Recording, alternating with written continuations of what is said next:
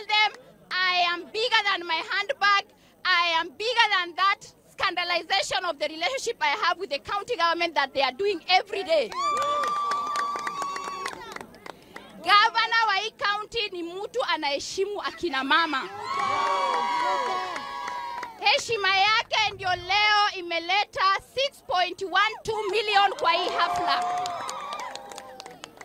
Ako na mtoto msichana, ako na bibi ambaye anamheshimu, ako na madada ambaye ni akina mama.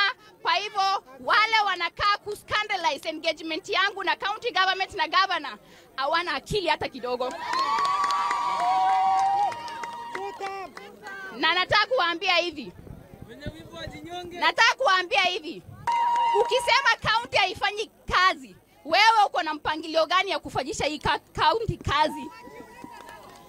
Ukisema county imekufa upande gani? Upande ya maji, upande ya ECD, upande ya hospitali, upande gani? Ama imekufa tu kwa akili yako? Sisi hatuna dawa ya watu akili imepungua. Hatuna dawa ya watu akili imeruka. Hakuna dawa ya watu wamechanganyikiwa. Kama mnataka kujua mmeruka akili na mmechanganyikiwa na mko na upungufu ya akili, angalieni ile impeachment kulileta ikawaibisha huko Senate. That is the only example you need. It's only in Isiolo County where somebody carries an impeachment all the way to Senate. On the floor of the Senate, unaambiwa there was never an impeachment that happened. That is an enough indicator that you have no brain. That is enough indicator that akili yako haiko sawa. Uwezi tuambia kila siku wewe unafanya oversight na unafikiria hiyo oversight yako ndio watu wanakula. Hii county mnaomba ivunjwe, imeandika vijana wengi kazi.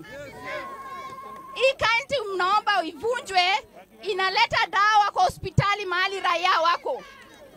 Hii county mnalia ivunjwe, inapatia raia kutoka Chari paka Jera paka Siricho maji.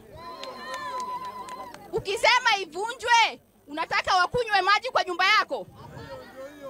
Wewe ndo ataandika vijana wote kwa nyumba yako? Hiyo ni watu hawana nini? Na mimi nataka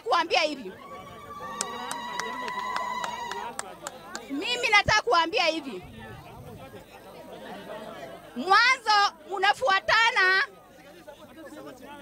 Mwanzo mnafuatana watu wengi, hata hamuna kiongozi. Huyu anasema yeye ni governor, mwingine anasema huyo ndo governor, mwingine hata mjielewi. Kwanza mkuwe na kiongozi, mkuwe na lineup, mkuwe na manifesto, mkuwe na mwelekeo. Alafu ukijipima vizuri uone CV yako inatoshana na sisi, utuongeleshe. Kuna wengine wamedanganywa watapewa kiti ya governor, hata wameshatemwa.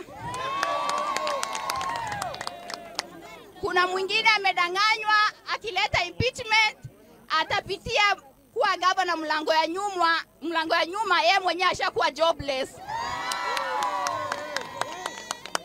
Kwanza watafute masuluhisho kwa hiyo shida mingi wako nayo. Waombe Mungu hata kama ni kwenda Uganda. Si mnajua mahali wanaendanga Uganda? Mahali wanajizungusha kwa floor. Wakisema nini? Nimeanza kutembea. Kwanza waende huko wafanye maombi.